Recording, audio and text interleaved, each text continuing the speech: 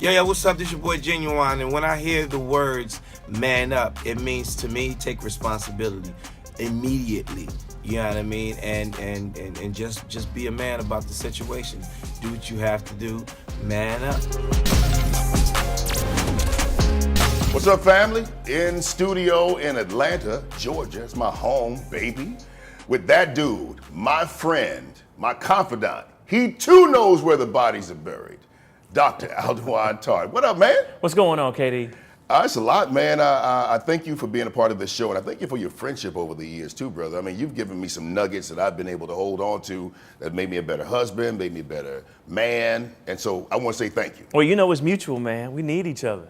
Now, let's jump right into this thing. All right, let's do it. Okay, right. So we don't really like to talk about it a lot, particularly dudes. Well, we might talk about it around ourselves, but the whole concept or the idea of cheating. Okay. Let me ask you this. Now, I know what you're going to say, but men who cheat, infidelity, most of the time, you know, you think about them as numbskulls. You think about them as bad dudes. Can a good man cheat? Absolutely. Absolutely a good man. Break that one down, brother. All right, I know. You know, you start talking about him, wife is like, oh, wait a minute. Wait a minute. Yes, other good men can cheat. But when you think about it, it's so many different pathways to cheating. All right. So one, think about your relationship as a house. And anyone that's been in a relationship or a marriage for a while, realize that a house needs repairs. Things break down. Wow. All right. And so oftentimes when there's a breakdown or something doesn't click in your marriage or in your relationship, say there's a broken window. You look at it as a broken window. Okay. Okay. And when there's a broken window that's not fixed, there are a lot of men that when they have the opportunity will cheat. And what will happen is they'll look at it as, I don't want to ruin my house. All right? Oh. We just have a small little problem. Oh. Small little problem. Don't want to break down. I just fix the window and then this will go away.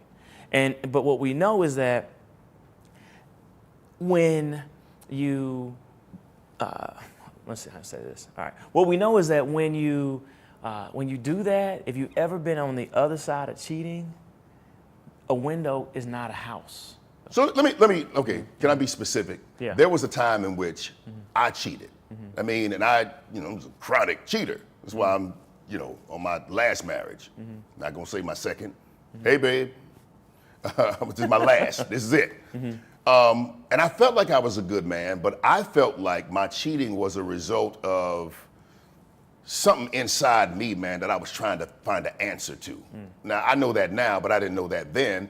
But, it was, to me, a way to express myself that I couldn't express myself in other ways. Now, I know I'm getting in trouble when I say it, but I know you probably understand when I say it. Maybe, I hope you do. No, when you sit down and you talk to me and you get the whole story, you start to realize that we're not perfect beings, all right? So one of the things that we know... But ain't that an excuse, though? No, it's not. No, it's not an excuse. Okay, you can, when you're talking to your wife, or if your wife is talking to you and she's done the cheating, yeah, it sounds like excuses. Right. But if you really want to, but you know what, all the huffing and puffing and fight, it doesn't take away the desire to do it. Whoa. It doesn't take it away. You just have shame, you just have remorse, guilt. But the desire to do it doesn't go anywhere unless you tap into what's really driving that desire, all right? And it's multiple pathways for people. Let's talk about a few of them, all right? Sometimes it's a revenge type thing. Okay. All right, it can be passive aggressive. All right, you feel like you're in a relationship, you're not being supported, and you try to get them to listen, and they don't listen, and the opportunity presents itself. All right, and then passive aggressively, there's a door that's open. And for most people, cheating doesn't happen. It's not overt. It's not like saying I'm gonna go cheat. Right. All right. What happens is there's an unmet need. Okay, it could be for validation. It could be for appreciation. It could be for attention. Wow. It could be for excitement. And it's there in the background. It's there, all right? And it's existing. And then when opportunity presents itself, it's something that you kind of experiment with, all right? So usually it starts with a compliment. Right. It may start with a text. It may start with a compliment, a conversation, a coffee.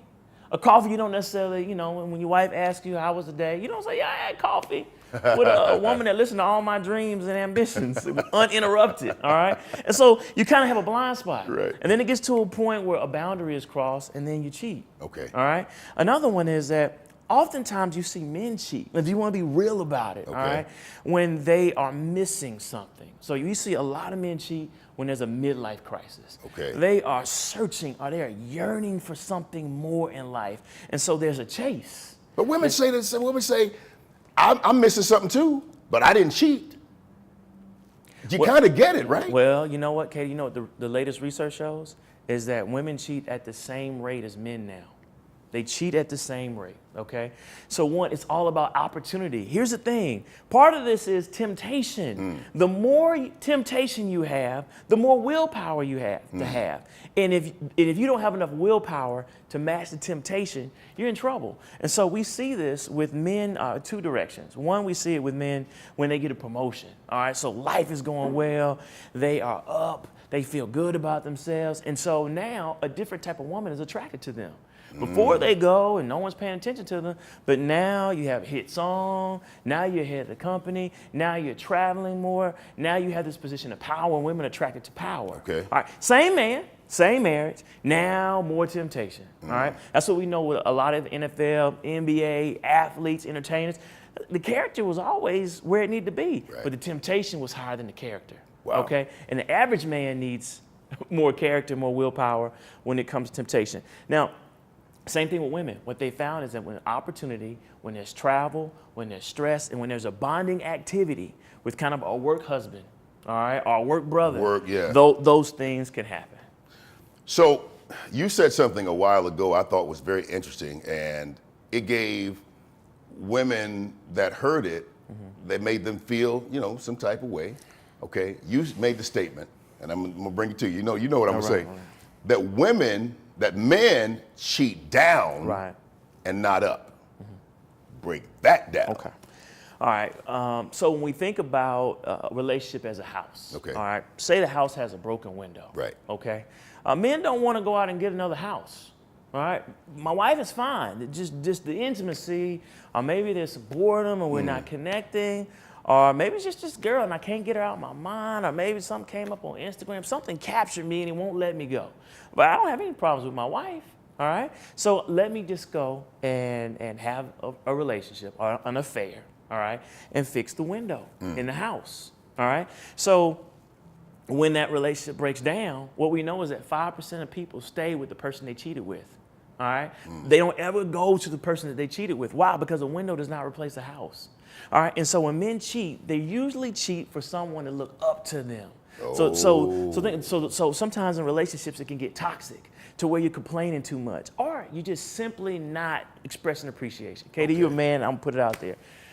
Every man I talk to in my office, they complain about feeling underappreciated. Okay. If I move the table, if I take trash out, I expect my wife to say, "I appreciate you taking trash out." Yes. Raining out there. What's wrong There's with a thunderstorm. Yeah. Right? They feel like that's our job. That's what you're supposed to do. I know we talked about this, but can I give this to you real quick?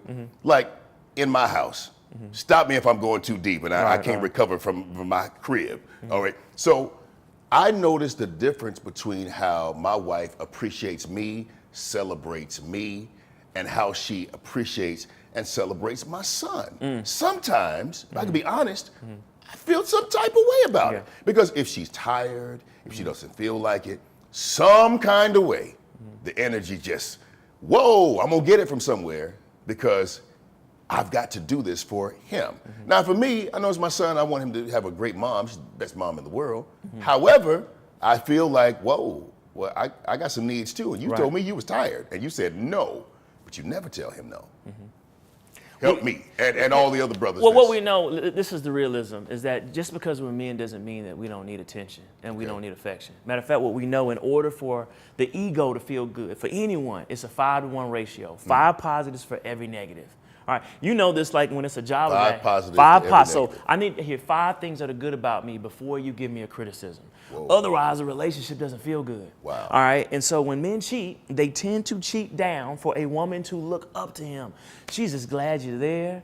Oh, you look handsome today. Is that a new shirt? Did you just shave? You look good. The appreciation is through the roof. She looks at you as a sexual being. She see you feel alive. There's an attraction there. Yeah. And so there are a lot of men that cheat because they're caught off guard. I'm not excusing it. I'm not condoning it. And as a man, And if we're cheated on, we'll be hurt, devastated. Right. There's no excuses to it. I'm just explaining it because I think the people need to understand what's underneath it, all right? And so if you have a relationship, especially where a man feels underappreciated, especially after having a child, that is the biggest window. First 12 months after having a child is a big window when a lot of infidelity happens. Whoa. And here's why. One, a lot of women are breastfeeding, all right? And so we know that lowers their libido. Two, time and attention is just not there, all right? She is focused on being the best mom that she can be. She is spread thin, especially if you have multiple children. Right. So guess where the need is? It's the husband. And the husband feels guilty. Well, you think you can stop breastfeeding, our son and daughter, and, we have talked to me, and let me get in on this a little bit, and the monitor goes off, and you go up in there, and you might even stay in the child's room to settle them down, breastfeed, and you fall asleep. And so we know is that 12 months, that men struggle that first 12 months. Wow. They struggle because they're getting the least amount of attention ever. So here's what I think we need to do. Okay. All right? And so first of all, as men, we have to be honest. And so I need attention. Okay. Since we're being transparent. All right. So I told my business. All right. And so when they don't have sex, let's say it's day 8. All right. Day 9, day 10, they start becoming possessed. All right. And so I sat down. And this is good. I told my wife, I said, babe, I know you haven't been feeling well. I know we just had a baby and everything. But today I went to a school and I was looking at this teacher up and down. You said that? I did. Why did you say that? Because, Katie, I was afraid of what would happen. I was afraid of what was going to happen. You needed to put it out there. It was getting stronger and stronger and stronger. Okay. I see the same teacher all the time. Oh, man, about day 9, I was like, wow, I'm getting. And I think as we get older and we get real with ourselves, know thyself, that's good. I think you have to start cutting off the roads. You have to start cutting off the roads to things that could potentially happen. Yeah. Does that make sense? It makes perfect sense. Matter of fact, when I think about that, I think about something that I heard someone say. I think my mom told me, or my grandmother, somebody. She said to my mother, never let your man leave the house hungry. Because although it's something you like, you might like a steak dinner, but if you see another steak dinner, you ain't gonna want it if you're full. Right. And for most But men, if you're empty, you can see a Triscuit. Right. I could be like all of a sudden. I could feel what women are saying. Some women are saying, I take care of my man. He still went out there. And then I can also hear men saying, well, that's real. So here's what I think men should do. Okay, all right. good. Men should sit down and have a conversation about, listen, these are my needs. These are your needs. All right. And then a lot of times it's a bridge. There are a lot of women that do too much and they're tired. Sometimes it's men, all right? If you have the conversation about, listen, what can I do for you so that you feel like being with me, I will do that. I will drive the daughters to Girl Scout practice. I will wash dishes. If it means that you can be there intimately for me, if we need to date, if we need romance, I will do that, all right? So a lot of times it's a conversation. And so the worst thing that men can do is keep it private. All right, because I know a lot of men say, no way I would go home and tell my wife I was looking at another woman. No way I was going home. No way I would do that. I'm one of them. Yes, but that's the critical conversation that you have, because where does that desire go if you're not expressing it? But what if she can't handle that, though? What if she can't handle the fact that, hey, you said, well, so am I not enough? She starts feeling some kind of way, I mean? Well, women are grown, all right? And what's the first thing they say when you do cheat? Why do you tell me? Yeah. All right, and I can tell you from dealing with couples after infidelity, that's usually, since we're talking about men, where the man opens up. Okay. All right, you really want to get real about this?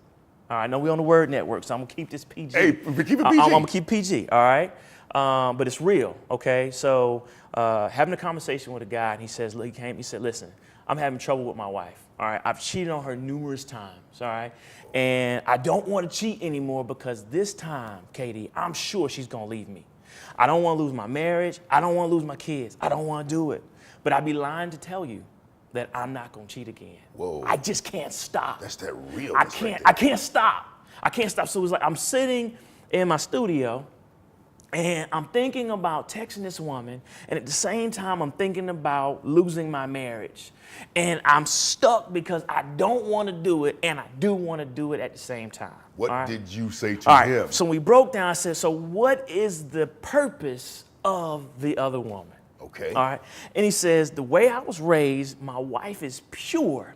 She is pristine. She is a lamb. I know where you're She's going. Lamb. I know where you're going. And some of fantasies that I have, I don't want to tell her because I think she'd look at me like I was crazy, and I don't want to tarnish her.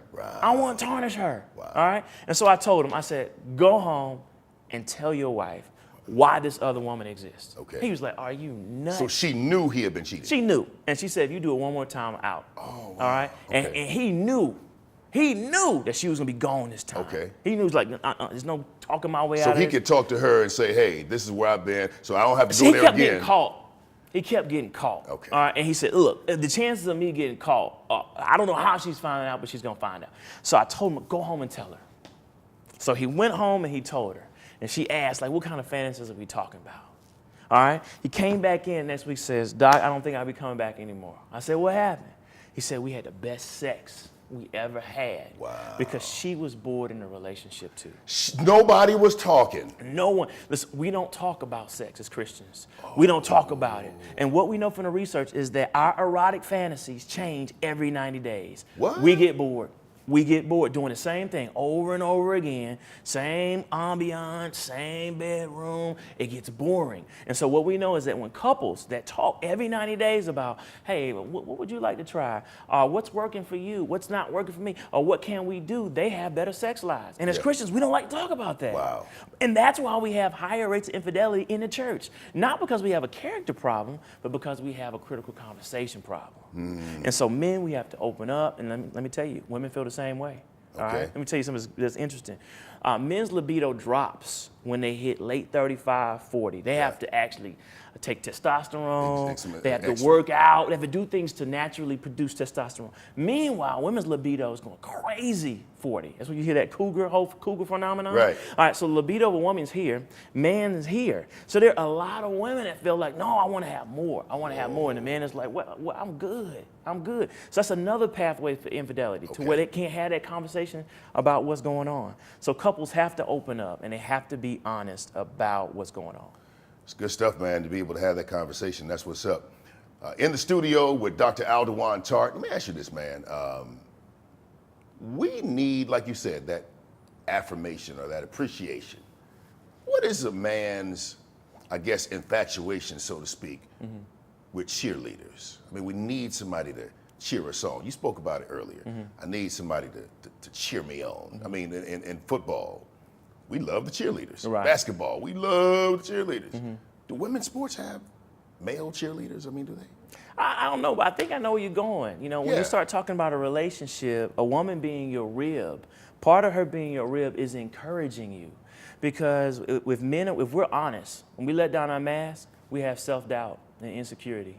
You can be 6'5", 280 pounds. You can be a pastor for 30 years and still have insecurities. All right? And so you need that woman to say, baby, I think you still have it. You know, I know church, they weren't really clapping for you.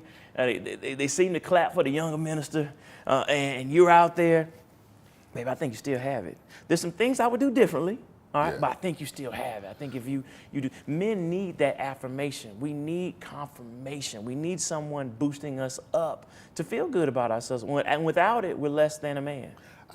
I think the men's apprehension with that is like, I'm sitting here now, you know, man, I'm KD Bowe. I got a lot of great things going for me. But to say that I need something, in my mind, at times, it makes me feel like I'm coming down here. And I can't afford to come down here and let you know that the facade that you see, that I got it all together, it really ain't as ironclad as it is. So how do we get past ourselves and express vulnerability? You know, he who findeth a wife findeth a good thing and gains favor with the Lord. All right, so what's that whole part about gaining favor? Yeah. I mean, what's that about? What do you mean a good thing? So let's be practical. Married men are happier, healthier, and wealthier, according to the research. Okay. They're happier because they have a best friend to share their life with. What we know about the research is that men want their wives to do activities with them. Watch the game with me. Come watch me speak. Come watch me play pool. Whatever your thing is, there's a certain piece that we actually want our wife or girlfriend to be a part of. We want a playmate. Right. So that happiness. And so when we're not getting that cheerleading, we're not getting that affirmation, we're not getting someone to say, you know what, I think that was, but I think, you know what I see? I see TV for you. I think you should own this place. You've been a mechanic for 30 years. Wow. You know just as much as the owner. Wow. All right. I think that you should just try it. I think you just try to do something on the side. All right, see how it works and go for it. Baby, I think you can do it. Wow. And men that have wives and have women in their lives that are telling them that, they are stronger. They have more confidence because I believe in how you see me. You looking at me like I'm King Kong, but I don't feel like it. But that look that you're giving me makes me go out there and try it and try it again. And so that's why you see, I think the world's greatest athletes, their wives. LeBron James' wife, Steph Curry's wife, Carmelo's wife. Think about all the stuff that Carmelo's going through in New York. You don't think he's going home and she's speaking life to him? All right, so we need that. All right, and then married men are healthier because wives nag us to go to the doctor. All right, and follow appointments. All right, and then we're wealthier because they tell us and they help us to make informed decisions and make more calculated but informed risks. So you can share the income, half on the rent, but also married men make better business decisions because they have a partner. Two are better than one. Yeah, man. To move forward. Yeah. And that is why you see a lot of heads of corporations, even in the NBA, they encourage their athletes to get married because they know that you need that helpmate. So listen, I'm supposed to follow you in business, but you don't have a family? I'm just keeping it real. Whoa. I'm not knocking anyone that's single. I'm not. Yeah, all right? I feel you. But when you start thinking about your comfort level and you think about a man that has to provide for his wife and kids, you start thinking about integrity. You start thinking about responsibility. You start thinking about this man has someone that's going to keep him in line. Yeah. That's going to help him with his willpower. So, we know that marriage benefits men and the wives do a lot for them. It's good stuff, man. As always, man, you always bring a wealth of information. You need to be on the show like often because I got a billion questions. We didn't got time for it in this particular segment, but you need to be on the show more often. Would you be willing to come back? Anytime. And can I add one thing? This Please, is my spirit. All please. right, because I didn't tell men what to do. Okay, all right, good. All right. So a lot of men, since we're talking about men and cheating, sometimes everything's perfect in the marriage. Okay. Everything's perfect. There's not a problem, not a complaint in the world. Your wife is amazing. All right. But it's a willpower problem. All right. When temptation comes, you just can't resist. Right. You just can't. Now, no temptation, you're fine. But temptation comes, you have a problem. And so what we realize is that men can increase their willpower. So that means they're spending more time in prayer. They're working out more. They are doing things that are on a consistent basis. They're meditating. They're doing yoga, prayer. They are doing things to increase their willpower. Yeah. And so it means that, okay, you delay. This I don't have to be practical as I talk to men. Like, what do I do? She's texting me right now. I want to text her. And the more I go without texting her, the more I become consumed with texting her. Wow. So the first 5 minutes I was cool, but after about 15 minutes, I said, I don't care. I'm driving into this wall and I'm going to crash, but I'm still going to text her. All right? So delay. All right, so if you start out with 5 minutes, have to be practical, all right? Start out with 5 minutes, text her at 7 minutes, all right? Then the next day, 9 minutes. Next day, 11 minutes. Next day, 15 minutes. Eventually, it's going to go away. Wow. All right, because you are increasing your willpower and your ability to have self-discipline. We assume that men cheat because they're bad. But what we know is a lot of times when men talk, it's just a lack of self-discipline. If a woman didn't come in the room, they wouldn't go looking for her. But now that she's in the room, now that she's in his personal space, now that she's maybe in his inbox or whatever, it is hard for him to resist. Yeah. So one is limiting access. All right. I'm a big limit access guy. Right. All right. 2, delay. Delay and build your willpower until it just kind of fades away. Let me give you this, and one final thing that I want to share is that if you are a brother that you feel you find yourself being pulled in the wrong direction, probably one of the first places you need to look is your circle, because if you hang around 5 cheaters, chances are you're gonna be the 6th. See, successful people talk about successful things. Great people talk about great things. People pursued by or overwhelmed with purpose, they talk about purpose. So that's why I tell you, you've got to join the ManUP community, because it's a bunch of brothers that are going where you're growing. And so it's bash-free, it's judgment-free, but the truth is, we're all men and we understand. So manupcommunity.org, Dr. Aludan Tartt, I appreciate you for being here, man. Anytime. This dude is showing you how to man up. This season on Man Up with KD Bowe. couple of years ago, man, I went through probably one of the biggest periods of my life with my marriage. When you say challenge with your marriage, what do you mean? Man, just not really showing up as a man. There was some infidelity. There were a lot of secrets, man. You told him? Hey, what up? This your boy Ricky Smiley, man, and you are watching Man Up with my boy KD Bowe. All right?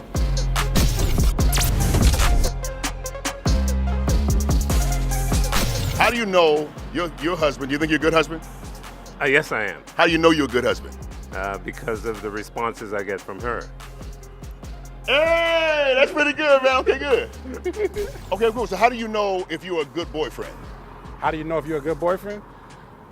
You mean from her perspective or my perspective? From your perspective, how do you know? If I'm a good boyfriend, if I'm making her happy? How do you know you're a good husband? I got 26 years invested. What does that mean? 26 years of being with the same person? Come on. Man, listen, I know people that's been together for 40 years and ain't happy. How do you know you're a good husband? I provide everything that she needs. I mean, if she wasn't happy, she'd have left a long time ago. My dude, how do you know you married, right? I am. You're a good husband? I hope to be, yeah. How you know you're a good husband? How she responds to me. Hey, okay, that's good. How do you know when you found the right woman? You know when you found the right woman, when you feel comfortable being around her in all of your various environments. So you don't feel like you don't want to bring her around certain situations. So I don't know, you feel like she's the right one when you just feel comfortable. When you can pass gas around her? Yeah, all that. When she can pass gas around you? Sometimes. The other times you just gotta hold it in. Yeah. Or go in the other room. So my man, you're married. Most guys struggle with the idea of, did I meet the right person, or is she the right one? You're married. How do you know she was the right one? Well, when like I said, man, I was homeless when I first met my wife, and my wife asked me to Homeless? I was homeless, man. I was homeless when I first met my wife, and she asked me. Now I could have went back home with my family and all that good stuff, but that really wasn't my thing. I didn't want to do that. I wanted to really get out on my own and do what Donovan needs to do for himself. So my wife asked me to go to the store with her one day, and I said, sure, I don't mind. While we was walking, man, we had on a conversation that most couples would get on that topic later on in their marriage or later on in their relationship. But we hit on that conversation right there that first day, and I literally heard God's voice and said, "This is your wife," and I denied it because I thought it was my flesh. Wow. I thought it was my flesh. I'm like, nah, God, that ain't true. This is me. So I went into prayer hard for her. I'm talking about real hard. I was praying and praying and praying. And literally, man, I said, God, if this isn't your will, let her leave me. But if it is, let it be so. Still 4 years to this day, we're still together. And I'm 24 years old now. Let me say this. So for you guys that are listening to us right now and you're homeless, hey, you might come up. Move to Atlanta. And then for those of you women who are walking past that homeless dude, give him a couple of dollars. Yeah. You don't know, that might be your boo. Exactly. No, it ain't your boo. I'm just